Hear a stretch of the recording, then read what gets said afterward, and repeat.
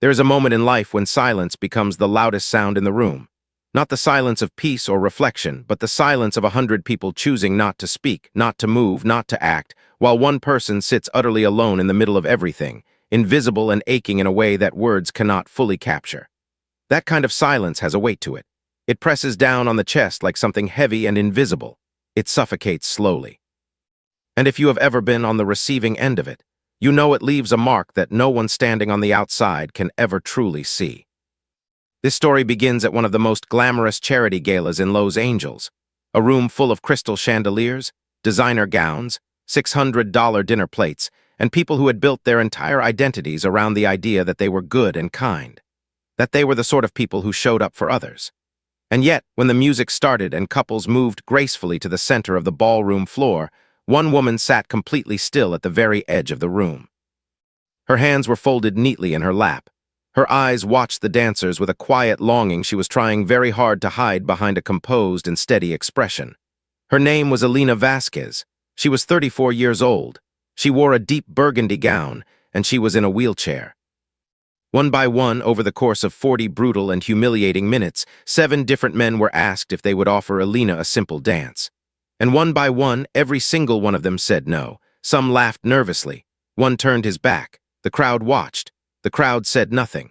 And then a door at the far end of the ballroom opened quietly, and everything in that room was about to change forever. Stay until the very end of this story, because what happens next will shake you, move you, and remind you why kindness will always be the most powerful thing in any room. Nobody in that ballroom knew his name when he walked through the door.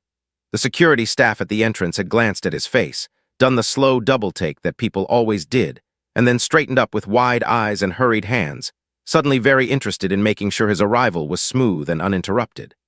But inside the hall itself, in the warm golden light of the chandeliers, among the laughter and the clinking of champagne flutes, most people had not yet noticed him. And that was, in many ways, exactly how Keanu Reeves had always preferred it. He was 59 years old that evening. He had arrived alone, without a publicist, without an assistant, without the carefully constructed entourage that most people of his level of fame considered not just normal but necessary. He wore a simple black suit, well-fitted but not flashy, the kind of suit that a man wears when he wants to be present somewhere rather than seen somewhere. His hair was slightly longer than the tabloids usually captured it, and there was a quietness about the way he moved through a room that people who had met him in person always struggled to describe afterward. It was not shyness. It was not arrogance. It was something closer to stillness.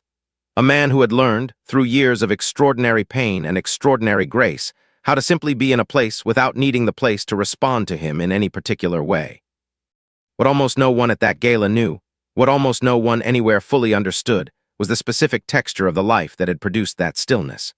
Keanu Charles Reeves had not arrived at his particular brand of quiet strength through luck or through the easy path that fame sometimes creates the illusion of. He had been formed, slowly and often painfully, by a series of losses that would have broken most people completely and permanently. His father had left when he was 3 years old. His family had moved across countries and continents, from Beirut to Sydney to New York to Toronto, chasing stability that always seemed to drift just slightly out of reach. He had struggled in school, his mind working in patterns that traditional classrooms were not built to accommodate. He had been labeled. He had been underestimated. He had sat in rooms where people spoke about his future in tones that were polite but quietly dismissive. The way adults speak about children they have already decided will not amount to very much. He had lost his best friend River Phoenix on a sidewalk outside a nightclub in 1993, and had stood at the edge of that grief for months, not entirely sure which direction led back toward living. He had lost a daughter, Ava Archer Syme Reeves, who was born still in 1999, 18 months after her death, taking with her the relationship that had held him together through so many other fractures. He had stood at 2 different gravesides before he was 40 years old and had somehow continued to get up in the morning, continued to show up on set, continued to look other human beings in the eye without the bitterness that those kinds of losses would justify in almost anyone. What sustained him, those who knew him well would say, was not therapy or philosophy or religion, though he respected all 3. What sustained him was discipline and connection, the daily, deliberate practice of being useful to other people in small and specific ways. He was known, quietly and without press releases, for the kinds of gestures that never made headlines because he actively worked to prevent them from doing so. The production crews on his films received bonuses from his own salary. He rode the subway. He gave up his seat. He sat beside homeless men on the steps of buildings in New York and talked with them, not at them, not for them, not for a photograph, but simply with them, the way one human being sits with another when they recognize in that person something real and worth acknowledging.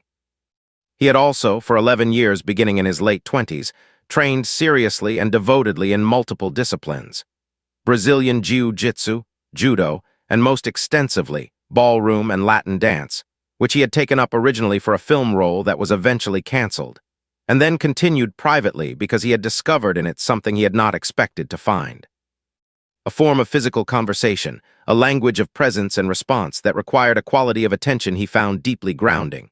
He had trained under instructors in Los Angeles and New York, and once, for 3 months, under a retired Argentine tango master named Rodrigo Fuentealba in a small studio in Buenos Aires. He had never spoken about this training publicly. There was no reason to. It was not performance, it was practice. It was one of the many quiet disciplines that formed the architecture of a life that looked simple from the outside and was anything but.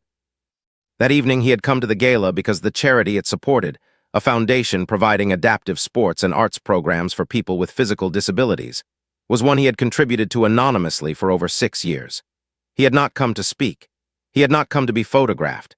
He had come because showing up in person, he believed, was a different kind of contribution than writing a check, and he tried, wherever he could, to offer both.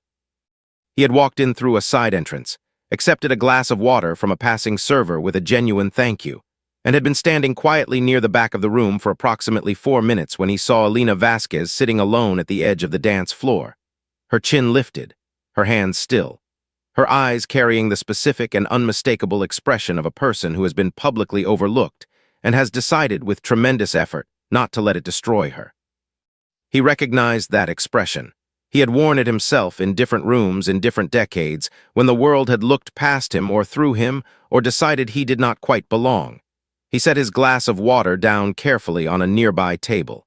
He straightened his jacket. And he began to walk toward her with the same unhurried, deliberate calm with which he did everything. Not because he was planning something dramatic, but because he had simply decided, in the quiet and uncomplicated way he made most of his decisions, that this was where he needed to be. Elena Vasquez had not always entered rooms from the edges. There was a time, not so many years ago, when she had been the kind of person who arrived somewhere and immediately changed the feeling of the place, not through loudness or performance, but through a quality of warmth and energy that people felt before they could fully explain it. Her closest friends described her the same way independently and consistently whenever anyone asked. They said she made you feel like the most interesting person in the room. Not because she was flattering or strategic about it, but because she was genuinely, almost disarmingly curious about other people's lives, their thoughts, their small daily discoveries. She listened the way most people only pretend to listen. She remembered things. She followed up. She showed up. She had grown up in San Antonio, Texas, the second of 4 children born to Marco and Isabella Vasquez, a mechanic and a school librarian who had built their family's life carefully and lovingly on a foundation of very modest means and very immodest ambitions for their children. The Vasquez household was the kind of home where the dinner table conversation was long and loud and frequently included disagreements about books, politics, and the best way to make tamales, and where every child was expected to have an opinion and defend it with evidence. Elena had thrived in that environment with a particular intensity. By the time she was 16, she was debating her father on immigration policy and winning, reading 3 books simultaneously, and teaching herself flamenco from YouTube videos in the living room while her younger siblings watched and occasionally tried to join in. Dance had been her first and most constant love. Not competitive dance, not professional dance, but dance as a private language, a way of processing emotion through movement that had started when she was 7 years old and her mother had taken her to see a community performance of traditional Mexican folklorico, and something in the thunder of the footwork and the swirl of the skirts had reached directly into her small chest and rearranged something fundamental. She had begged for lessons.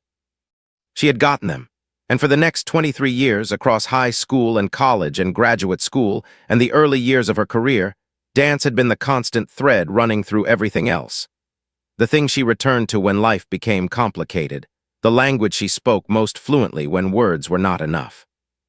She had studied communications at the University of Texas at Austin, graduated near the top of her class, and moved to Los Angeles at 26 with a job offer from a mid-sized nonprofit that worked on disability advocacy and arts accessibility programs, a field she had stumbled into during a college internship, and found, to her own slight surprise, that she cared about with a depth and specificity that felt less like career choice and more like calling.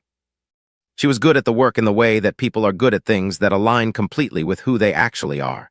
She was persuasive without being aggressive. She was organized without being rigid. She built relationships with funders, community partners, and program participants with the same genuine interest and warmth that had always been her most natural quality. By the time she was 31, she had been promoted twice, was leading a team of 12 people, had been featured in a Los Angeles Times profile about young nonprofit leaders changing the city's cultural landscape, and was, by every visible measure, a person whose life was moving forward with momentum and purpose and joy. She had a bright apartment in Silver Lake. She had a group of close friends who met every Sunday for brunch and stayed for 4 hours. She had a salsa class on Thursday evenings that she had been attending for 3 years, and an instructor named Dario who said she had the most natural sense of timing he had ever seen in a student who had not grown up in a Latin dance tradition. On a Tuesday morning in November, 2.5 years before the night of the gala, Alina had been driving to work on the 101 freeway when a truck driver who had been awake for 22 consecutive hours drifted across 3 lanes of traffic without warning. The collision happened at 64 miles per hour.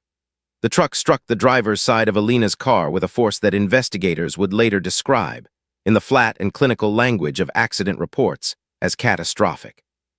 Alina was cut from the vehicle by firefighters after 37 minutes. She was in surgery 4 hours later. She was in the ICU for 11 days.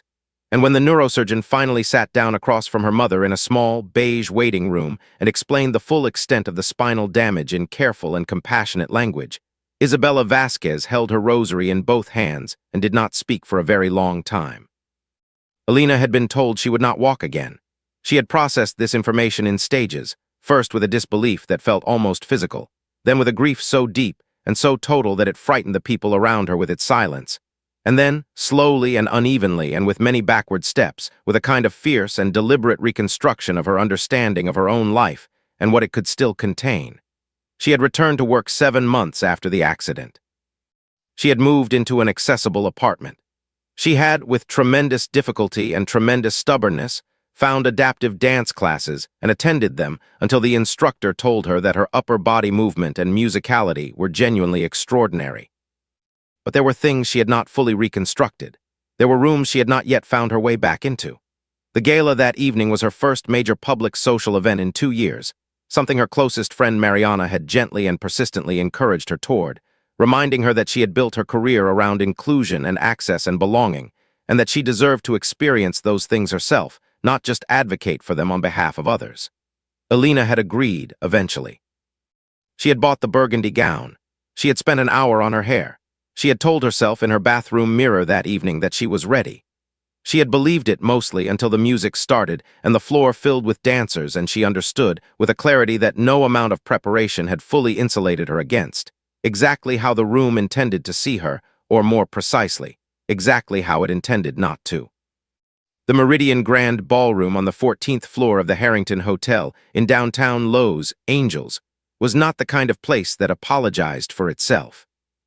Everything about it, from the 30-foot ceilings with their cascading crystal chandeliers to the hand-laid Italian marble floors that reflected the light in warm, honeyed waves, had been designed with a single and unapologetic intention: to make the people inside it feel that they had arrived somewhere that mattered, that they were part of something elevated and exclusive and worthy of the effort it had taken to get there.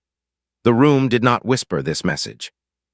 It stated it clearly and continuously in the language of polished surfaces and carefully arranged abundance that the very wealthy have always used to communicate their position to one another and to anyone else who happened to be present.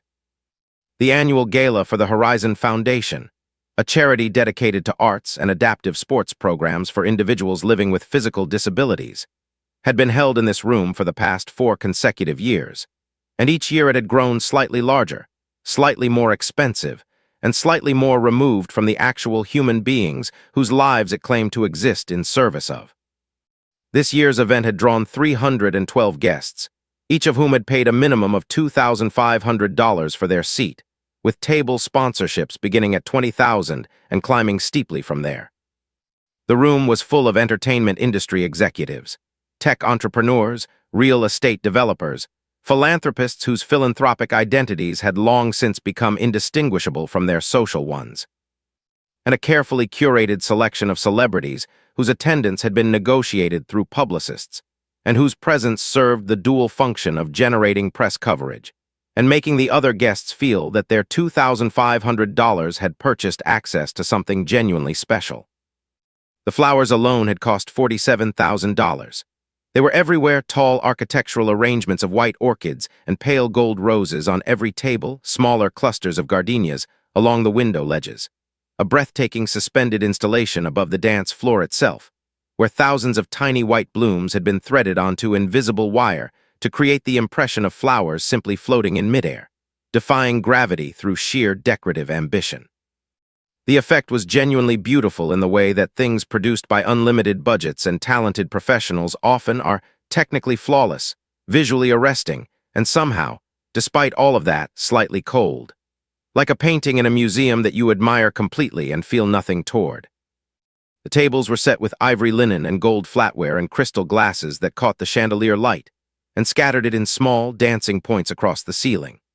Each place setting included a printed program on heavy card stock, a small gift bag containing a scented candle, and a card explaining the Foundation's programs in language that was warm and passionate, and had clearly been written by someone who had never actually attended one of those programs or spoken at length with anyone who had. The catering was extraordinary, a 7-course menu designed by a chef whose restaurant had a 14-month waiting list, featuring ingredients flown in from 4 different countries, presented on plates that were themselves small works of art. The wine list began at $300 a bottle and offered options that climbed into the thousands. The band was a 12-piece jazz and swing orchestra from New York, led by a conductor named Harold Finch, who had been playing these kinds of events for 30 years, and who understood, with the precise and unsentimental professionalism of a true craftsman, exactly what his role was in a room like this one. He was there to provide a soundtrack for the evening, something sophisticated and celebratory that filled the silences between conversations without demanding too much attention, that created the right emotional atmosphere for generosity and goodwill without ever becoming so interesting that it distracted from the primary social business of the room. He was very good at this. The music floated through the space like something ambient and beautiful, present enough to be appreciated, subtle enough to be talked over. The dance floor occupied the center of the room, a gleaming expanse of pale hardwood, perfectly maintained, roughly 40 feet across in each direction, ringed by tables on all sides so that anyone who danced was visible to the entire room, and anyone who sat could watch the dancers with the comfortable authority of an audience. When the orchestra shifted from background music into the first proper dance number of the evening, a slow, sweeping waltz that Harold Finch had selected specifically for its emotional accessibility, and its capacity to make even moderately skilled dancers feel graceful, approximately 40 couples moved from their tables to the floor with the easy confidence of people who are accustomed to being watched and have made peace with it. Alina's table was positioned near the eastern wall of the ballroom, slightly set back from the main cluster of tables, in a placement that the event coordinator had described in the seating chart notes as accessible positioning, but which functioned in practice as a form of gentle marginalization, close enough to be technically included, far enough from the center to be practically invisible. She had arrived at her table to find that none of her assigned table mates knew who she was, that the conversation around her moved quickly through topics she had no entry point into. A film production deal, a property in Malibu, a mutual acquaintance named Garrett, and that despite her attempts to engage, to ask questions, to offer the warm and genuine interest that had always been her most reliable social tool. She was met with the particular polite blankness that socially powerful people deploy when they have decided, usually within the first 30 seconds of an encounter, that someone is not worth their sustained attention. She had eaten the first 3 courses with quiet dignity, laughed at the right moments, sipped her water, and watched the dance floor with an expression that she was working very hard to keep neutral and pleasant. She had watched the suspended flowers above the dance floor move almost imperceptibly in the ventilation from the air conditioning system. A tiny, constant trembling, as though even the flowers were nervous. She had watched couples move across the hardwood in the chandelier light, and felt, in the deepest and most honest part of herself, a longing so specific, and so old, and so layered with everything the last 2.5 years had cost her, that it was less like wanting something, and more like remembering something she had lost, and was not entirely sure she was allowed to grieve in a room full of strangers.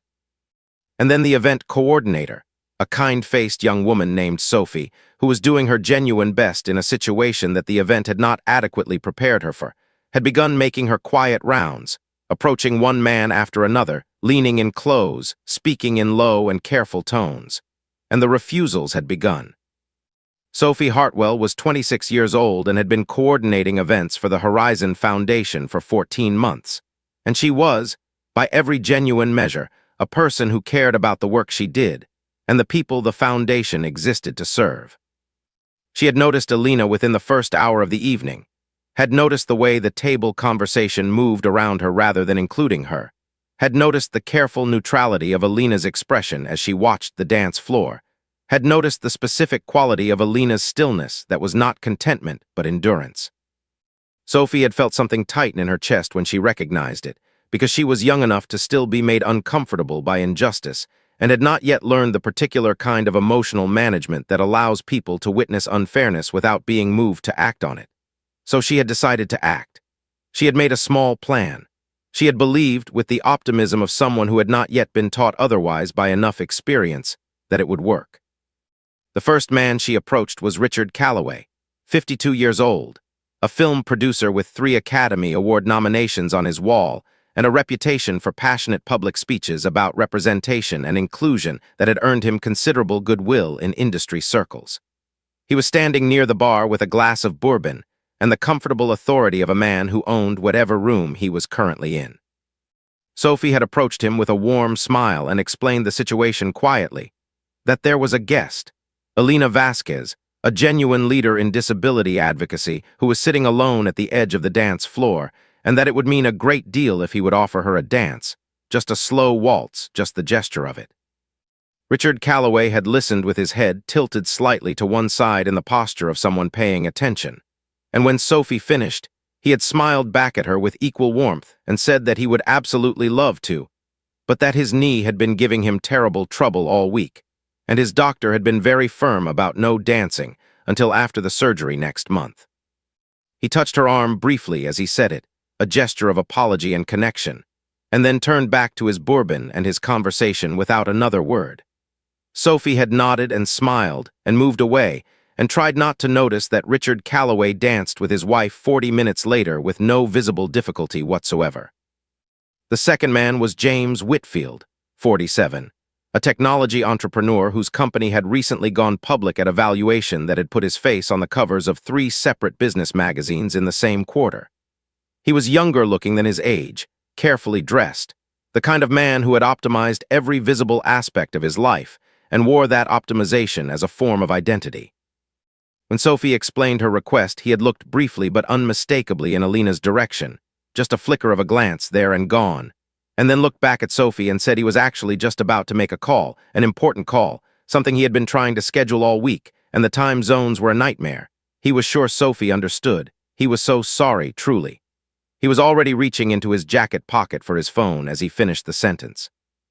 Sophie had watched him walk toward the edge of the room, stand near a window for approximately 3 minutes with his phone in his hand but not raised to his ear, and then pocket it again and return to his table, where he sat for the next 20 minutes talking and laughing with the people around him without making or receiving any call at all. The third refusal came from a man named Davis Langford, 61, old Lowe's Angels money, the kind of wealth that had been in the family long enough to have developed its own particular texture of entitlement that was all the more impenetrable for being completely unconscious. Davis had not even allowed Sophie to finish her request. He had heard perhaps 2 sentences of it before his expression shifted, not into cruelty, which would have been easier to process, but into a kind of benign incomprehension. as though Sophie were speaking a language he had encountered before but never studied. And he was sorry, but he simply did not have the tools to engage with it.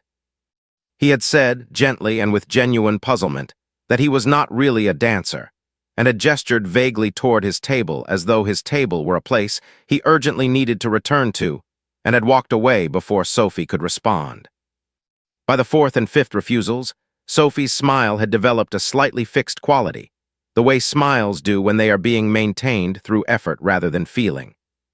The fourth man, a music industry executive named Paul Renner, had listened carefully, nodded thoughtfully, and then said that he thought it was a wonderful idea and that his colleague Marcus would be perfect for it, redirecting the request so smoothly and with such apparent good intention that it took Sophie a full 5 seconds to realize she was being handed off rather than helped. Marcus, when she found him, turned out to be equally unavailable for reasons he delivered with such genuine seeming regret that Sophie found herself actually thanking him before she caught herself. The fifth man had laughed. It was not a cruel laugh, or at least, it was not intended as one. But it was a laugh nonetheless, a brief involuntary sound of surprised amusement that escaped before he could catch it, and he had covered it quickly with a cough and an apology and a detailed explanation of a back injury. But the laugh had happened, and it had been heard by two people standing nearby who had exchanged a glance with each other that contained, in its brief and eloquent duration, an entire conversation about what they had just witnessed and what it meant, and what they intended to do about it, which was nothing. The sixth refusal was the one that Alina herself witnessed. She had been watching Sophie's quiet circuit of the room with an awareness that she had been trying to keep out of her expression and largely failing. Because Alina was perceptive enough to understand exactly what was happening, had understood it from approximately the second approach onward, and was experiencing the specific and devastating combination of gratitude towards Sophie for trying and humiliation at the public nature of what each refusal meant, and added to. When the sixth man, tall, silver-haired, the kind of decorative social presence that expensive events collect, shook his head with an apologetic smile that did not reach his eyes, Alina looked down at her hands in her lap for the first time that evening. Her knuckles were pressed together. She breathed slowly and deliberately through her nose the way her therapist had taught her, the way she practiced on the harder mornings. And then came Marcus Webb, 44 years old, a television director with a social media following of 2.3 million people, built largely on content about empathy and human connection and the importance of seeing one another fully. He had posted, just 11 days before this evening, a widely shared video in which he spoke for 7 minutes directly to camera about the moral obligation of the privileged to actively dismantle the invisible barriers that excluded people from full participation in society. The video had received 400,000 likes. It had been shared by senators and educators and disability advocates. Alina's own colleague had sent it to her with 3 red heart emojis.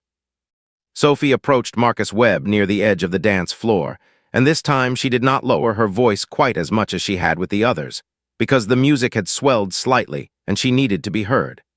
Which meant that the couple at the nearest table and the server pausing beside it heard her clearly when she explained the request. And they heard Marcus Webb clearly when he looked across the room toward Alina, looked back at Sophie, and said, with the smooth and practiced compassion of someone who had made a career out of performing his own goodness, that he thought Alina looked like she was having a lovely evening and that he would hate to single her out or make her feel like a charity case, because that was the last thing someone in her position needed, wasn't it? And he was sure she would agree if asked. He said it kindly. He said it as though he were doing Alina a favor. And then he picked up his champagne glass and walked away, and the couple at the nearby table looked at each other and looked at Alina and looked away, and the server moved on, and the music kept playing, and Alina sat with her hands in her lap and her chin lifted and her eyes very bright and very still, and the room continued its beautiful, indifferent performance all around her as though she were not there at all. He had been standing near the back of the room for perhaps 6 minutes when Marcus Webb walked away from Sophie with his champagne glass, and in those 6 minutes, Keanu Reeves had seen enough to understand the complete shape of what was happening at the edge of that dance floor. He had not needed to hear the conversations. He had read them in the geometry of the interactions, the way Sophie's posture shifted incrementally with each approach, losing a fraction of its optimism each time, the way the men's bodies angled away even as their faces maintained their performance of regret, the way Alina's chin had lifted by precise and deliberate degrees as though she were constructing her dignity in real time from whatever materials the moment made available. He had seen that construction before. He had enormous respect for it. And he had also seen, in the single moment when Alina looked down at her hands, that the construction was costing her something she could not afford to keep spending. He set down his water glass on a nearby table with a quiet, unhurried care, the kind of care that a person takes with small actions when they have learned that small actions are rarely actually small. He straightened his jacket once, briefly, with both hands.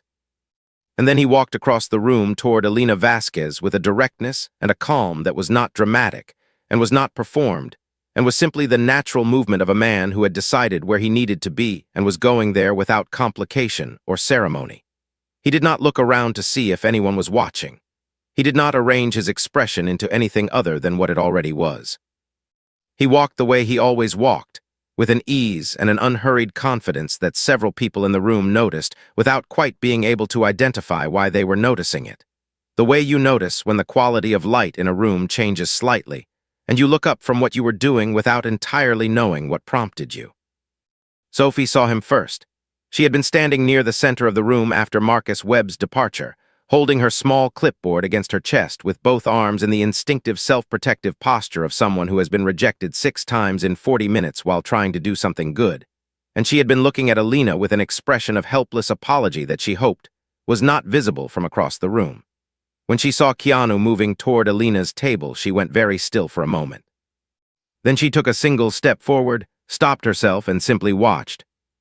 He reached Alina's table and stopped beside it, not looming over her from a standing height in the way that people often unconsciously position themselves relative to wheelchair users, but shifting his weight slightly, finding a natural angle that brought him closer to her eye level, the small and instinctive physical adjustment of someone who had thought about these things or felt them without needing to think. Alina looked up. Her expression moved through several things very quickly: recognition, surprise, a flash of something guarded that was her instinct protecting her from the possibility that this too might be something she would have to absorb and survive, and then settled into a careful composure that was not quite neutral but was very controlled. He smiled at her, not the broad, public smile of someone aware of their own celebrity, but the smaller, more specific smile of one person genuinely pleased to be looking at another. He said, in a voice that was low enough to be private in the surrounding music, that her gown was a remarkable color, and that he had been trying to identify it for the past few minutes and had landed somewhere between burgundy and courage, and was not entirely sure there was a difference. Alina had looked at him for a moment with an expression that was not quite a smile, but was the immediate precursor to one, the expression of someone who has been genuinely surprised by something in a room where they had stopped expecting to be surprised. She had said quietly that she thought he was probably right about that. He had then done something that no one else in that room had done all evening. He had pulled out the chair at the table beside her, not across from her, not at a careful social distance, but directly beside her, close enough for a real conversation, and sat down in it and asked her what she did. Not what had happened to her, not how she was managing. Not any of the questions freighted with pity or curiosity about her wheelchair that she had learned to brace for in the first seconds of most interactions with strangers. He had asked what she did, in the present tense, with the genuine forward-leaning interest of someone who actually wanted to know the answer. And Alina, who had spent the better part of this evening becoming progressively more invisible, had felt something shift in her chest at that question. Something ease, slightly, like a breath released after being held longer than the body is comfortable with. She had told him about her work, about the foundation, about the accessibility programs, about the specific joy of watching someone who had been told repeatedly that certain experiences were not available to them discover that they were available after all, just configured differently, just requiring a different door. She had spoken for perhaps 3 minutes, and he had listened with the full and specific attention that she had spent her career giving other people, and that she realized as she experienced it now, not been given very much herself in quite some time. He had asked a follow-up question, then another. They were good questions, the kind that demonstrated that the previous answer had actually been heard and processed rather than simply waited out. And then, in the same unhurried and uncomplicated way he had done everything else that evening, he had stood up from the chair, offered her his hand with his elbows slightly bent and his posture open and completely relaxed, and said that he had been looking for a reason to use the dance floor all evening, and that he thought she might be the best reason he was likely to find if she was willing. He said it simply. He said it without the elaborate gentleness that would have implied fragility, and without the forced casualness that would have implied discomfort, and without any of the several varieties of performative kindness that Alina had learned to recognize and brace against because they always cost her something to receive. He said it as one person asking another person to dance, nothing more and nothing less. And Alina Vasquez, who had spent 2.5 years rebuilding herself from materials that grief and loss and a highway accident had left scattered across the floor of her life, looked at his offered hand for exactly 3 seconds. And then she placed her hand in his. And the warmth and the steadiness of his grip as his fingers closed gently around hers was, in that moment, almost more than she could hold without her eyes doing something she had decided they were not going to do tonight. Almost. The first person to notice was Harold Finch. From his position on the bandstand at the northern end of the ballroom, Harold had a conductor's elevated view of the entire room, and 30 years of playing these events had given him a peripheral awareness of the social dynamics of a crowd that was almost involuntary by now. He read rooms the way other people read faces, automatically and continuously, tracking the shifting currents of attention and energy without consciously deciding to. He had noticed Alina earlier in the evening, had noticed the quiet circuit Sophie had been making, had noticed the refusals without being close enough to hear them, and had felt the low, familiar discomfort of a witness who has no direct power to intervene. So when he saw Keanu Reeves stand up from the chair beside Alina's table and offer his hand, Harold Finch felt something loosen in his chest that he had not realized was tight. He looked at his orchestra. He made a decision. He let the current waltz complete its final 8 bars, and then he leaned toward his first violinist and said 3 words very quietly. The first violinist nodded, turned to the others, and the orchestra shifted its collective posture in the barely perceptible way that musicians do when they are about to play something they actually care about. The opening notes of the new piece floated out into the room like something liquid and warm, a slow Argentine tango, achingly melodic, the kind of music that does not ask permission before it reaches into you. Several couples on the dance floor paused in mild confusion, recalibrating to the new rhythm. A few moved off the floor, uncertain. And in that brief, transitional moment of reconfiguration, as the floor partially cleared and the room's attention shifted and reset, Keanu Reeves guided Alina's wheelchair onto the hardwood with a hand placed gently and firmly at the side of her chair. Not pushing, not controlling, but accompanying, the way you walk beside someone rather than ahead of them. And they moved together onto the dance floor and stopped near its center, and the room began to understand that something was happening. The awareness spread in concentric circles from the people closest to the floor outward through the room, the way a stone dropped in still water sends its rings to every edge. It was not loud. It did not announce itself. It moved through the room as a shift in the quality of attention, conversations pausing mid-sentence, heads turning, champagne glasses held still halfway between table and mouth. Within 45 seconds of Alina's wheelchair crossing onto the hardwood, approximately 200 of the 312 people in that room were watching, though most of them were trying to do so without appearing to watch, which is a particular social skill that people in expensive rooms practice until it becomes second nature. What they were watching was this: Keanu Reeves standing beside Alina's wheelchair in the center of the dance floor, facing her, his right hand extended toward her in the formal opening position of a partnered dance. And Alina, her burgundy gown pooled beautifully around the chair, her posture straight and her shoulders back, reaching up and placing her left hand in his right with a composure that was so complete and so deliberate that it looked from a distance like absolute confidence, which is not the same as what it actually was, but which was, in its own way, something far more remarkable. The first movement was simple.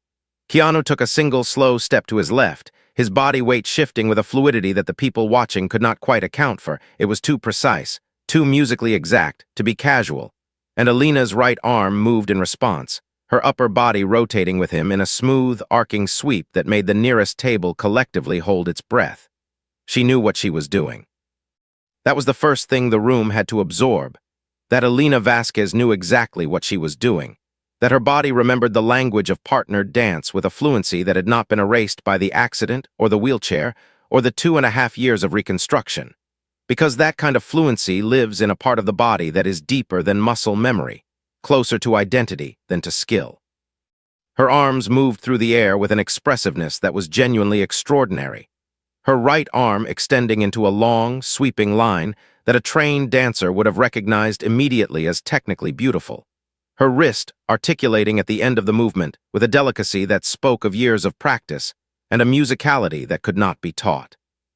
Keanu moved with her and around her, and in response to her with a quality of attention that the watching crowd was only beginning to understand. He was not performing kindness.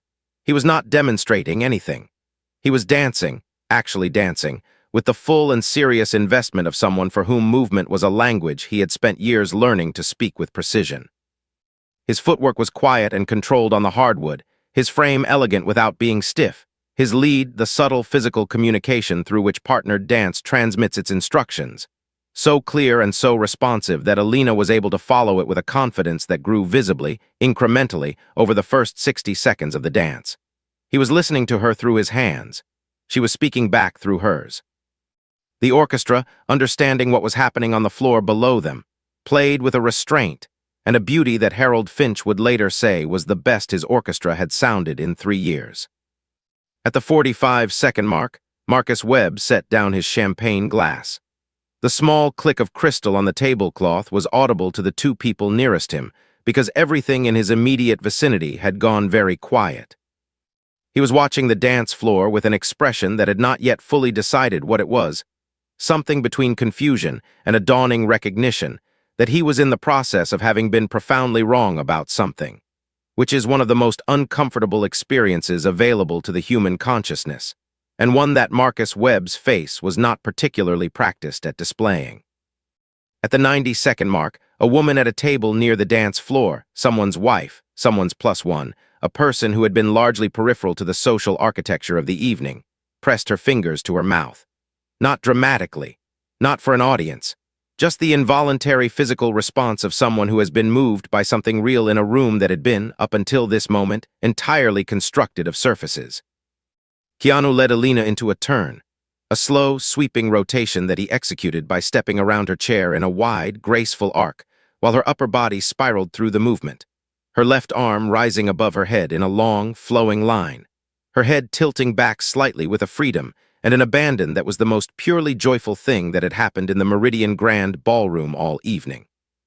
And Alina's face in that moment, her eyes briefly closed, her lips parted in something between a smile and a breath, her body moving through space with the specific ease of someone who has returned to a language they had feared was lost to them. Her face in that moment was the truest and most complete thing in the room. It was not performing. It was not managing. It was just present, fully and entirely, in the way that people are only present when something real is happening to them. The woman near the dance floor was not the only one with her fingers at her mouth anymore. A server had stopped moving entirely, a full tray balanced in both hands, watching. A man at a corner table had pushed his chair back unconsciously, leaning forward with his elbows on his knees. The couple who had exchanged that brief glance after the 5th refusal, the glance that had contained their silent decision to do nothing, were now watching with expressions that had the particular quality of people in the process of being changed by something they had not expected and had not prepared for. The orchestra moved into the final passage of the tango, the music building slowly in a long, emotional swell that Harold Finch shaped with the full authority of someone who understood that he was scoring something that mattered, that the room needed this music to do its work completely, and he was going to make sure it did. Keanu brought Alina through the final sequence of movements with a care and a precision that was also, unmistakably, a form of respect. Not the careful, fragile respect of someone handling something breakable, but the full and serious respect of one dancer acknowledging another, partner to partner, equal to equal. In the last 8 bars, he extended his arm in the formal closing position of the tango, and Alina placed her right hand in his and her left arm swept down in a long, beautiful, final line. And as the last note of the orchestra faded into the chandelier light, the dance was complete. There was a silence of perhaps 3 seconds. A real silence, the kind the room had not produced all evening, the kind that is not absence of sound but presence of something that sound would interrupt. And then the applause began. Not polite, not performative, not the practiced social applause of people at expensive events signaling to one another that they are the kind of people who appreciate things. This was the other kind, The kind that starts before the person producing it has consciously decided to produce it. That begins in the hands before the brain has fully processed the instruction. It spread through the room quickly and completely, rising from scattered individual responses into something unified and full and genuinely felt. And it lasted considerably longer than applause at events like this one usually does. Alina did not look at the crowd immediately. She looked at Keanu, and he looked at her, and something passed between them in that look that was private and complete and did not require witnesses. Then she turned toward the room, and her eyes were very bright, and she was not, this time, working to keep them that way through effort. This time the brightness was just there, freely and honestly and without apology, because the room had finally given her something real to respond to, and she was responding to it with everything she had. The applause was still settling into the room like the last light of a sunset, warm, unhurried, reluctant to fully disappear, when the conversations began. They started at the tables closest to the dance floor and moved outward through the room in the same concentric pattern as the earlier silence, except that this time what was traveling was not shock but information, and the information was moving fast. Someone had recognized not just Keanu's face, but the specific quality of what he had just done on that dance floor, and had opened their phone, and within 4 minutes there were 3 separate people in the room conducting quiet, urgent searches that were all arriving at the same destination. A woman named Patricia Solano, 63, a former principal dancer with the Los Angeles Ballet who now sat on the boards of 3 arts organizations including the Horizon Foundation itself, had been seated at a table near the western wall, and had watched the entire dance with the specific and practiced eye of someone who had spent 40 years understanding movement at a technical level that most people in the room could not access. She had seen things in those 4 minutes that the general audience had felt but could not name. She had seen the quality of Keanu's frame and footwork and lead, the Argentine tango vocabulary executed with a precision, and a musicality that did not come from casual familiarity or natural talent alone, but from years of serious and devoted training under instruction that knew what it was doing.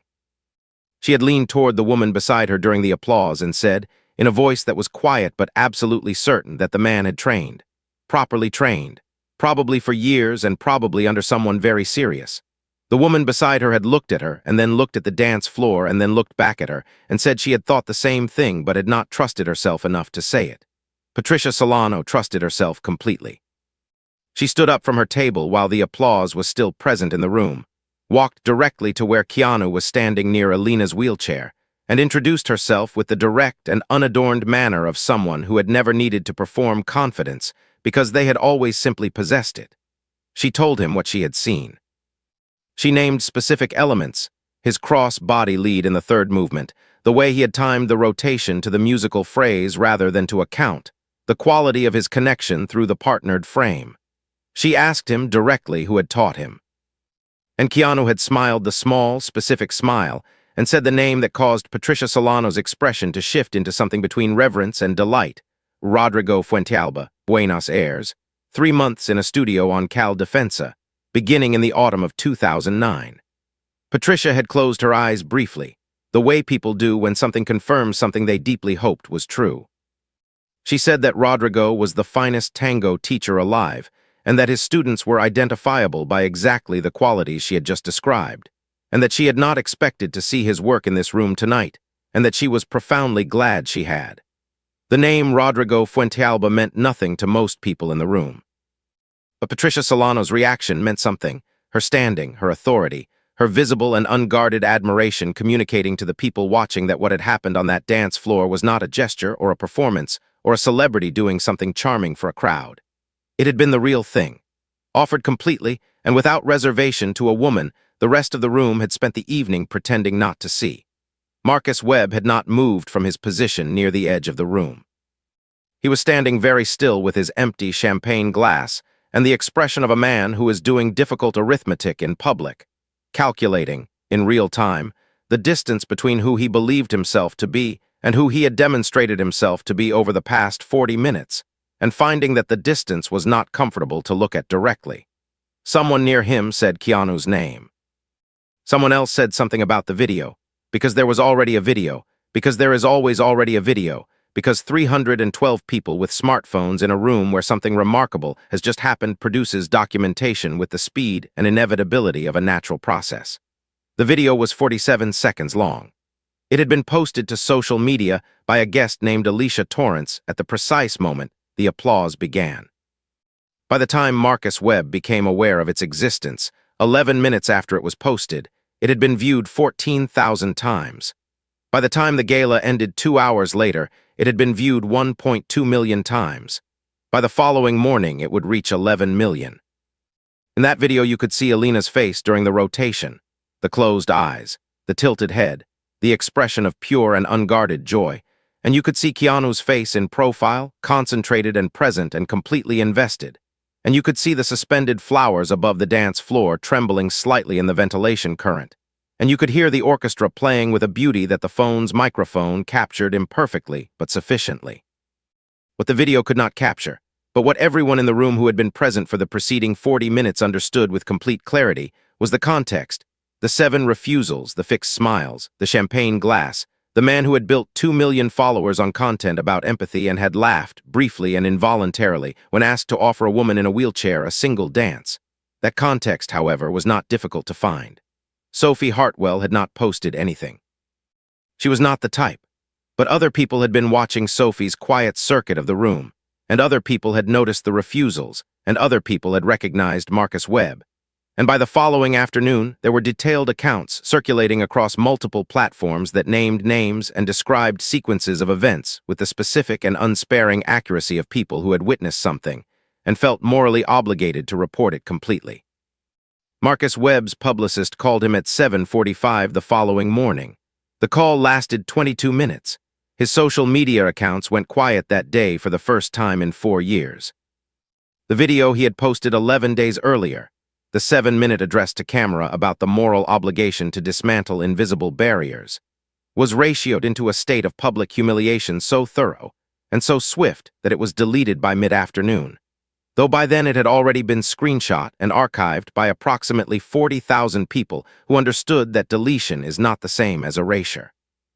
Richard Calloway danced with no visible knee difficulty at a separate industry event 4 days later. Someone photographed it. The photograph circulated. He did not comment publicly.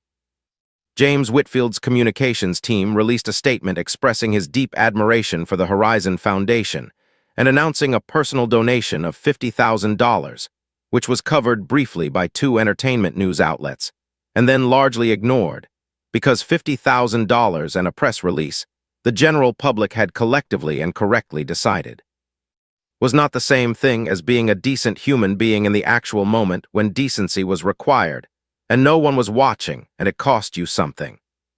The morning after the gala, Elena Vasquez woke up in her Silver Lake apartment to 47 missed calls, 212 text messages, and a notification from her organization's executive director asking if she was available to talk at her earliest convenience. She lay in bed for a few minutes with her phone face down on the covers beside her, listening to the particular quality of Early Lowe's Angel's morning light coming through her curtains, and allowed herself to feel, carefully and completely, what had happened the night before. Not the viral video, not the notifications, not the public dimension of it, but the private thing, the thing that had happened in her body when her hand closed around Keanu's, and she moved onto that dance floor and the music began, and her arms remembered everything they had ever known. She had lain awake for a long time after coming home the previous night, not from distress, but from something closer to its opposite.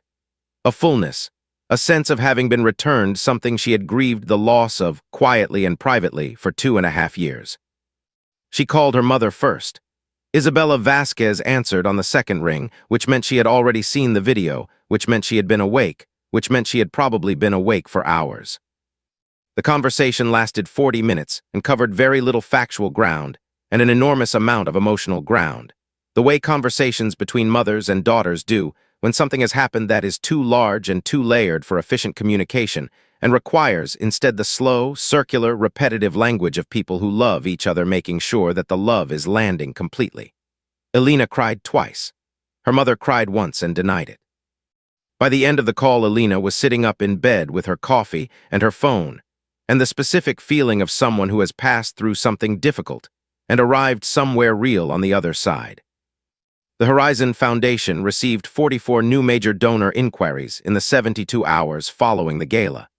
11 of them converted into actual commitments within the first week, representing a combined donation total of approximately $800,000, more than the gala itself had raised in ticket sales and table sponsorships combined. The Foundation's adaptive dance program, which had been operating at reduced capacity due to funding constraints and serving 63 participants across 2 locations, received enough directed donations in the 2 weeks following the video to expand to 4 locations and double its participant capacity. The program director, a woman named Grace Acaffer, who had been running the program on optimism and minimal resources for 3 years, sat at her desk on a Thursday afternoon 2 weeks after the gala and looked at the numbers on her screen for a long time without speaking, and then called her mother. And the conversation was similar in its emotional architecture to the one Alina had had the morning after. Alina was offered and accepted a position on the Horizon Foundation's board of directors 6 weeks after the gala. She had been quietly effective in her field for years, but the public visibility that followed the video opened doors that the nonprofit world, like every other world, keeps in the back corridors where influence is actually distributed. She walked through those doors with the same clarity of purpose and genuine commitment that had always characterized her work, and she brought to the board table a perspective and a specificity of understanding about disability, dignity, and access that the organization had always nominally valued and had now, finally, structurally included. At her first board meeting, she proposed a full accessibility audit of all foundation events, physical access, social inclusion protocols, staff training, everything. And the proposal passed unanimously and without lengthy debate, which would not have happened before the gala and which happened now partly because of it, and partly because Alina argued for it with the precision and the conviction of someone who did not need the room's permission to know she was right. Keanu Reeves did not speak publicly about the evening for several weeks. When he finally addressed it briefly, in the context of a longer interview about a different subject, he said only that Alina was an extraordinary person and an extraordinary dancer, and that the privilege of the dance had been entirely his, and that he thought the more interesting question was not what he had done, but what the room had done before he arrived, and what each person watching the video might ask themselves about what they would have done in that room, in that moment, before anyone was watching. He said it without drama and without self-congratulation, and moved on to the next question, and the interviewer, who had been in the business long enough to recognize the difference between a person performing their goodness and a person simply living it, did not press him further. Sophie Hartwell received a handwritten note from Alina 3 weeks after the gala. It was 4 paragraphs long. Sophie read it 3 times and kept it in the top drawer of her desk, and on harder days in the work that followed, she occasionally opened the drawer and looked at it without taking it out, the way you look at something that reminds you why the harder days are worth their difficulty. There is a version of this story that ends with the viral video and the donor numbers and the board position and the villain's public humiliation, and that version is satisfying in the way that justice, when it arrives publicly and visibly, is always satisfying, the clean, sharp satisfaction of the world correcting itself, of the scales tipping back toward balance where they had been tilted wrong. But that is not the deepest version of this story. The deepest version is smaller and more private and more important. It is Alina in her apartment on the morning after, lying in bed with the curtains letting in the light, feeling in her arms and her hands and her shoulders the memory of movement, the tango, the rotation, the moment her arms swept upward and her head tilted back and her eyes closed. And she was, for 4 uninterrupted minutes, not a woman managing her public image in a room full of people who had decided what she was, but simply a dancer. In the presence of music and a partner who saw her completely, moving through space with the full authority of someone who belongs exactly where she is. That is what dignity looks like when it is not fighting to survive. That is what it looks like when it has been given room to simply exist.